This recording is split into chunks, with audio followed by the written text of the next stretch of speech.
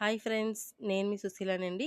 తాడేపల్లిగూడెం గ్రామదేవత శ్రీ బొలసలమ్మ తల్లి అమ్మవారి ఉగాది ఉత్సవాలలో మూడవ రోజైన 25వ తేదీ మంగళవారం నాడు పంచామృత ద్రవ్యములతో వివిధ పుణ్యనదీ జలములచే అష్టోత్తర కలశములను ఆరాధన చేసి ముత్తైదువులచే ఊరేగింపుగా తీసుకొని వెళ్ళడం జరిగిందండి.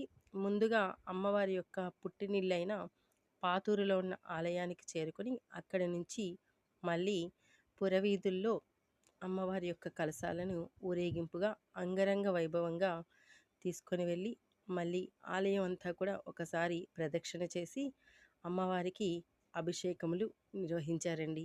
ఎంత కన్నుల పండగగానో జరిగింది ఈ ఉత్సవం. ఆ తర్వాత అమ్మవారి యొక్క ఆలయ శిఖర గోపురం మీద ఉన్న కలశాలను అభిషేకం చేసి పూజలు నిర్వహించారు. ఈ విధంగా ఈ యొక్క కార్యక్రమం ఎంతో అంగరంగ వైభవంగా జరిగింది. మరి మీకు కూడా నా వీడియో కనుక నచ్చితే లైక్ చేయండి, షేర్ చేయండి.